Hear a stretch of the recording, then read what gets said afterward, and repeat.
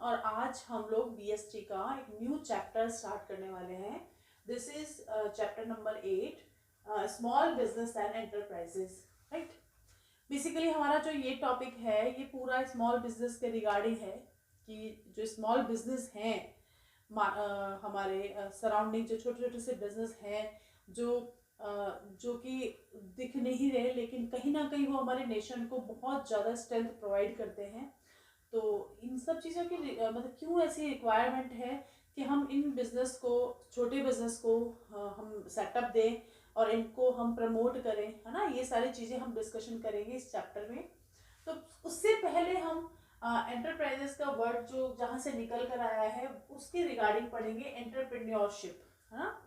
हमने बिजनेस के रिगार्डिंग पढ़ा है, हमने जो सेकंड चैप्टर था हमारा उसमें टाइप्स ऑफ बिजनेस हमने पढ़े हैं, सोल प्रोप्राइटर, पार्टनरशिप, आपके जॉइंट हिंदू फैमिली बिजनेस और कोऑपरेटिव सोसाइटी, कंपनी, वो सारी चीज़ें हमने पढ़ी हैं, है ना। तो अब वही मतलब जो छोटे, अब जैसे हमने ये सारे टाइप्स ऑफ बिजनेस पढ़े हैं, इसी में ही एक नया कॉन्सेप्ट अपना आया है, entrepreneurship for the small business, है ना। तो ये जो है एंटरप्रेन्योरशिप बेसिकली है क्या कॉन्सेप्ट, देखो आप, एंटरप्रेन्योरर, है ना। एंटरप्रेन्योरर कौन होता है? कोई भी वो पर्सन जो अपने माइंड में ये थॉट लेकर आता है कि मुझे कुछ नया स्टार्टअप डालना है, मुझे कोई नया बिजनेस, कोई मतलब मुझे स्टार्ट करना है। वो बेसिकली होना चाहिए, कोई नया आइडिया होना चाहिए, जिस कोई न्यू कॉन्सेप्ट होना चाहिए जिसे वो लॉन्च करना चाह रहा है।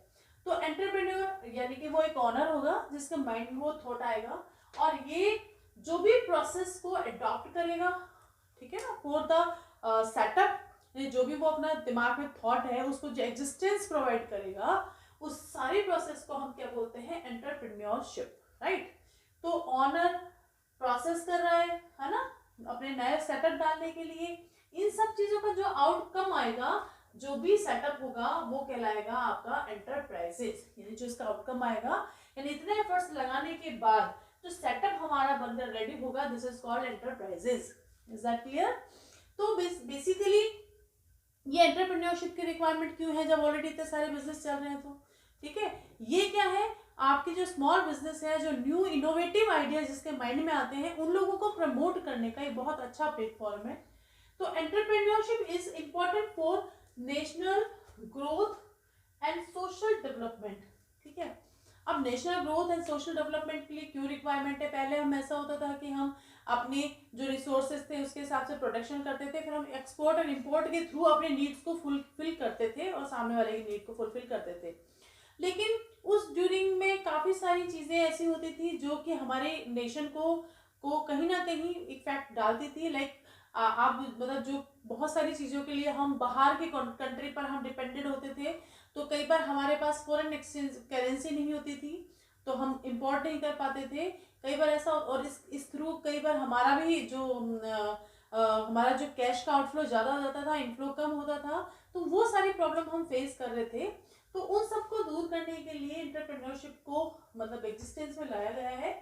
Entrepreneurship is important for national growth. ये नेशनल की मतलब जब जितना ज़्यादा हमारे कंट्री में बिजनेस सेटअप होंगे उतनी ज़्यादा हमारे ग्रोथ होगी और हमारा सोसाइटी का डेवलपमेंट होगा, क्योंकि एक बहुत मेजर जो समस्या है हमारी सोसाइटी का, अनएम्प्लॉयमेंट, वो कहीं ना कहीं इस चीज़ से रिमूव हो जाएगी, ठीक है।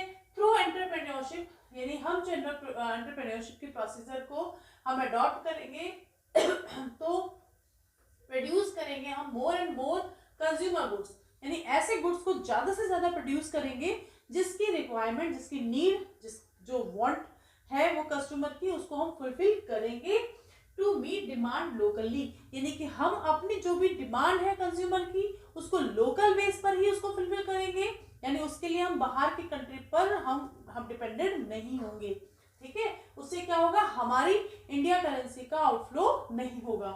फिर है प्रोड्यूस गुड्स फॉर एक्सपोर्ट और अर्न मोर फॉरेन एक्सचेंज। उसके साथ ही जो एंटरप्रेन्योरशिप के थ्रू जो छोटे स्मॉल बिजनेस हैं उनको प्रमोट किया जाएगा ताकि वो ज़्यादा से ज़्यादा गुड्स प्रोड्यूस करें और ताकि हम उस जो भी हमारे पास एक्स्ट्रा गुड्स प्रोड्यूस हुआ है उसको हम एक्सपोर्ट कर सकें for the purpose of foreign exchange currency, क्योंकि जितनी ज़्यादा फॉरेन करेंसी होगी उतना हम हमारा जो मतलब हमारा जो एक लेवल है करेंसी का, वो हमारा डेवलप होगा और हम ज़्यादा से ज़्यादा इम्पोर्ट कर पाएंगे, परचेज कर पाएंगे अदर कंट्री से, हम जो भी हमें हमारी रिक्वायरमेंट है वो। और इसके अलावा जो मेजर इसका पार्ट है वो है for stop outflow of cash, यानी कैश के आउटफ्लो को रोकने के लिए हमको ज़्यादा से ज़्यादा एंटरप्राइजेस हमारे नेशन में हमें डेवलप करने चाहिए, ताकि हम अपने नेशन की हम ग्रोथ कर सके। ठीक है, तो बेसिकली ये कॉन्सेप्ट है एंटरप्रेन्योरशिप का, है ना। अब इसको हम पढ़ेंगे पर्टिकुलर पॉइंट्स में। तो जैसे सबसे पहले हम पढ़ रहे हैं नीड, ये तो कॉन्सेप्ट है, दिस इज द कॉन्सेप्ट, है ना। अब नीड क्या है, वन बाय वन पढ़ते हैं हम। फर्स्ट है life line of a nation, ये एक यार्ड स्टिक है एंटरप्रेन्योरशिप, जो कि हमारे नेशन की लाइफ लाइन को शो करता है। इट मीन्स कि जितने हमारी जो कंपनी के डेवलपमेंट के लिए बहुत ज़्यादा जितने ज़्यादा एंटरप्राइजेस होंगे, जितने ज़्यादा स्मॉल बिजनेस होंगे, वो उतना ज़्यादा जो हमारा कंट्री है वो डेवलप माना जाएगा। यानी कि मैक्स टू मैक्स अपने रिसोर्सेज का यूज करके ज़्यादा से ज़्यादा स्मॉल बिजनेस को इन्वॉल्व करना। ठीक है, फिर है प्रोवाइड इनोवेशन। एंटरप्राइजेस एक ऐसा प्लेटफॉर्म है जहां पर न्यू आइडियाज को जनरेट किया जाता है, उन्हें प्रमोट किया जाता है। जैसे वो नया आइडिया आपका कोई भी प्रोडक्ट से रिलेटेड हो सकता है, टेक्नोलॉजी से रिलेटेड हो सकता है, या कोई और आप इनोवेटिव ऐसा आइडिया जो कि कहीं ना कहीं हमारी कॉस्ट को रिड्यूस करने में और प्रॉफिट को बढ़ाने में हमारी हेल्प करे। इस तरह की हमारे पास एक आइडियाज होती हैं, उन आइडियाज को इम्प्लीमेंट करने के लिए हमें एक अच्छा बेस्ट प्लेटफॉर्म यहाँ से प्रोवाइड किया जाता है। फिर है ग्रोथ ऑफ इकोनॉमी। जैसा भी आपको बताया मैंने कि जितना ज्यादा सेटअप होंगे स्मॉल बिजनेस के, जितना ज्यादा बिजनेस लगेंगे, उतना ज्यादा हमारी सोसाइटी, हमारी इकोनॉमी की, सो नॉट ओनली सोसाइटी, हमारी इकोनॉमी की ग्रोथ भी होगी। क्यों? क्योंकि फर्स्ट ऑफ ऑल तो लोगों की जो अनएम्प्लॉयमेंट की समस्या है वो दूर होगी, है ना, और इसके अलावा लोगों का लिविंग स्टैंडर्ड डेवलप होगा। ठीक है, तो उससे क्या होगा, हमारी अल्टीमेटली हमारी इकोनॉमी की भी ग्रोथ पॉसिबल होगी। फिर है इंक्रीज प्रॉफिट। जाहिर सी बात है, न्यू आइडियाज हम जब डेवलप करते हैं, यानी कि जो भी करंट प्रोडक्ट चल रहा है या करंट जो बिजनेस चल रहा है, यदि हम न्यू इनोवेटिव आइडियाज को प्रमोट करके अपनी कॉस्ट को कम करके अपने प्रॉफिट को मैक्सिमाइज कर सकते हैं, तो वो एक बहुत ही बेस्ट ऑप्शन है। अभी अभी जो ये एक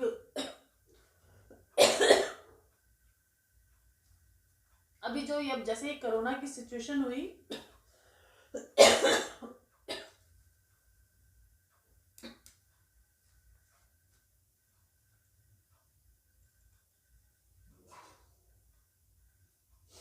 तो अभी जैसे कोविड की प्रॉब्लम हुई, तो हमारे सामने बहुत बड़ा प्रॉब्लम आया कि और तो चीज़ ठीक है, इकोनॉमी पे इफेक्ट आ रहा था, लेकिन उससे ज़्यादा एक हमारा जो एक हमारा जो यूथ है, हमारा जो मतलब जो स्टूडेंट कैटेगरी यानी स्कूल हमारा बहुत ज़्यादा इफेक्टेड हो गया।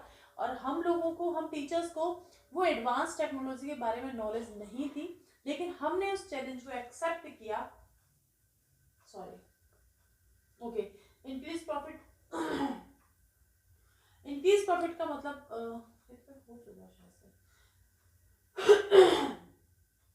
उसके बाद है फिफ्थ एम्प्लॉयमेंट अपॉर्चुनिटी। ओके, तो जब जितने इस बिजनेस सोसाइटी में स्टेब्लिश होंगे, जाहिर सी बात है उतने ही ज़्यादा एम्प्लॉयमेंट के ऑप्शंस इंक्रीज होंगे, अपॉर्चुनिटीज बढ़ेंगी। जितना ज़्यादा एम्प्लॉयमेंट मिलेगा उतना लोगों का लिविंग स्टैंडर्ड डेवलप होगा। इससे सोशल बेनिफिट भी होंगे, लोगों को एक बहुत अच्छी क्वालिटी की और नए प्रोडक्ट मिलते हैं, अच्छी क्वालिटी के साथ मिलते हैं, तो कहीं ना कहीं उनको सोशल बेनिफिट भी मिलता है, उनका लिविंग स्टैंडर्ड भी हाई होता है। तो ये कुछ एक सर्टेन रीजन है जो कि हमारे एंटरप्रेन्योरशिप को मतलब इस एंटरप्रेन्योरशिप को डेवलप करने के लिए रिक्वायर्ड होते हैं। ठीक है, बेसिकली प्रोसेस क्या है एंटरप्राइजेस को एस्टेब्लिश करने की?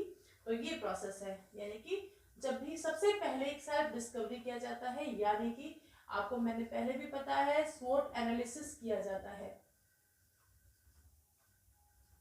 स्वॉट एनालिसिस का मतलब क्या है? S for strength, W for weakness,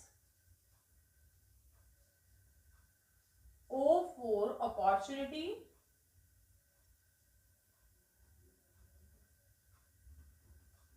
and T for threat. It means जब आप सेल्फ डिस्कवरी करते हैं, यानी कि कोई भी आइडिया, कोई भी कॉन्सेप्ट आपके माइंड में आता है, तो आपको कुछ और करने से पहले एक स्वॉट एनालिसिस करना बहुत ज़्यादा ज़रूरी हो जाता है, जिसके अंदर हम ये देखते हैं जो भी प्रोडक्ट, जो भी कॉन्सेप्ट हमारे माइंड में है, उसको लेकर हम देखते हैं कि हमारी स्ट्रेंथ क्या है उस कॉन्सेप्ट पे काम करने की, यानी क्या वजह है कि मैं उस कॉन्सेप्ट पे काम करना चाहती हूँ, यानी कि जो मेरी उस चीज़ को काम करने की वजह होगी, जाहिर सी बात है वही मेरी स्ट्रेंथ होगी। फिर मुझे ये देखना होगा कि मेरी वीकनेस क्या है, लाइक मेरे पास रिसोर्सेज का प्रॉब्लम चैलेंज आ रहा है, या मेरे पास जो फाइनेंस का चैलेंज आ रहा है, तो यानी मुझे उस वीकनेस पर भी अपने आप को रखना होगा, देखना होगा, और उस चीज़ को मैं कैसे, मतलब फिर एनालिसिस हम ये भी करेंगे कि इस चीज़ को हम कैसे कवर अप कर सकते हैं। फिर है अपॉर्चुनिटी, फिर हम ये देखते हैं कि ये वीकनेस है, लेकिन यदि इस कॉन्सेप्ट पे काम किया जाए तो क्या अपॉर्चुनिटीज हैं जो मुझे ज़्यादा से ज़्यादा मैं गेन कर पाऊंगी। फिर है थ्रेट, इसके अलावा क्या थ्रेट है, क्या कंपटीशन है, क्या चैलेंजेस है सराउंडिंग, और अपार्ट ऑफ दीज जो क्या चैलेंजेस हैं, यानी किस तरह से मैं इस कॉन्सेप्ट में काम करके अपने प्रॉफिट को मैक्सिमाइज कर सकती हूँ। यानी कुल मिला के मुझे स्वॉट एनालिसिस के थ्रू मैं अपने ये डिसीजन ले पाऊंगी, मतलब यदि मालूम मैं करती हूँ या कोई भी करता है, तो वो ये डिसीजन ले पाएगा कि उसे इस कॉन्सेप्ट पे काम करना है या नहीं करना है। तो सबसे पहला जो पॉइंट है इसका प्रोसेस का, सेल्फ डिस्कवरी, यानी ये खुद का स्वॉट एनालिसिस करना। देन आफ्टर आइडेंटिफाइंग अपॉर्चुनिटीज, यहाँ पे एनालिसिस हो गया, उसके बाद हम अपॉर्चुनिटीज देखेंगे, हमारे सराउंडिंग किस तरह की अपॉर्चुनिटीज हैं, और उन अपॉर्चुनिटीज को ग्रैब कैसे किया जाए, और उनमें से जाहिर सी बात है आज ऐसा मान लो एक बंदा सोच रहा है तो ऐसे और भी लोग सोच रहे होंगे, तो उसमें आप अपना बेस्ट आउटकम कैसे लेकर आए, वो चीज आप आइडेंटिफाई करेंगे उस अपॉर्चुनिटीज के थ्रू।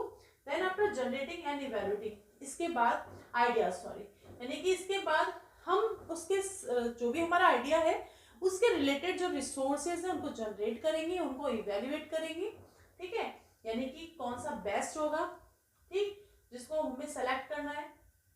देन आफ्टर हम स्ट्रेटेजी प्लानिंग करेंगे कि किस तरह से हम प्लानिंग मतलब अपनी प्लानिंग बनाएंगे, स्ट्रेटेजी बनाएंगे कि हम उस कॉन्सेप्ट पे कैसे काम करें। Then after raising startup capital, अब हमारे पास एक बहुत अच्छा हमारा एक कॉन्सेप्ट है या हमारा एक बहुत न्यू इनोवेटिव आइडिया है जिसको हम लॉन्च करना चाह रहे हैं, हमने एनालिसिस भी कर लिया, अपॉर्चुनिटीज को आइडेंटिफाई कर लिया, हमने जो भी हमारे गैदर कर ली इंफॉर्मेशन जो भी हमें रिक्वायर्ड थी, हमने स्ट्रेटेजी को भी प्लान कर लिया। अब जो बेसिक और मेजर पार्ट है दिस इज कॉल्ड फाइनेंस, यानी जो हमारा फाइनेंस का पार्ट है, यानी कि हमें पैसा चाहिए तो हम उस पैसे को कैसे कलेक्ट करें। तो ऐसे बहुत सारे वेंचर्स हैं जो कि फाइनेंस वेंचर्स हैं जो कि इस स्मॉल बिजनेस में पैसा लगाने के लिए वो मोटिवेटेड है, हमेशा वो रेडी रहते हैं, लेकिन उनके सामने अपना प्रपोजल हम यदि लेकर जाते हैं तो इट शुड बी वेरी मतलब वो मतलब बिल्कुल अच्छे से प्लान होना चाहिए, पूरा आपके पास डिटेल्ड मतलब उसकी रिपोर्ट होना चाहिए, प्रोजेक्ट होना चाहिए, तब आप उनके सामने रखते हो, उस तरह की वेंचर्स जो है उनके सामने आप रखते हो, तो वो यदि इंटरेस्टेड होंगे तो वो आपके उस कॉन्सेप्ट में वो पैसा लगाने के लिए रेडी हो जाते हैं, यानी वो स्टार्टअप कैपिटल देने के लिए रेडी हो जाते हैं। तो यहाँ से हमारे पास यदि कैपिटल जनरेट हो जाती है तो हम अपना स्टार्टअप स्टार्ट कर सकते हैं, और फिर हम उसकी नए नए और आइडियाज को जनरेट करके इम्प्लीमेंट करके उसको एक्सपेंड करके हम ग्रोथ कर सकते हैं अपने इस बिजनेस की। देन आफ्टर लास्ट जो आता है वो आता है हार्वेस्ट, यानी कि जो रिवॉर्ड है उनको लेने का टाइम आ जाता है।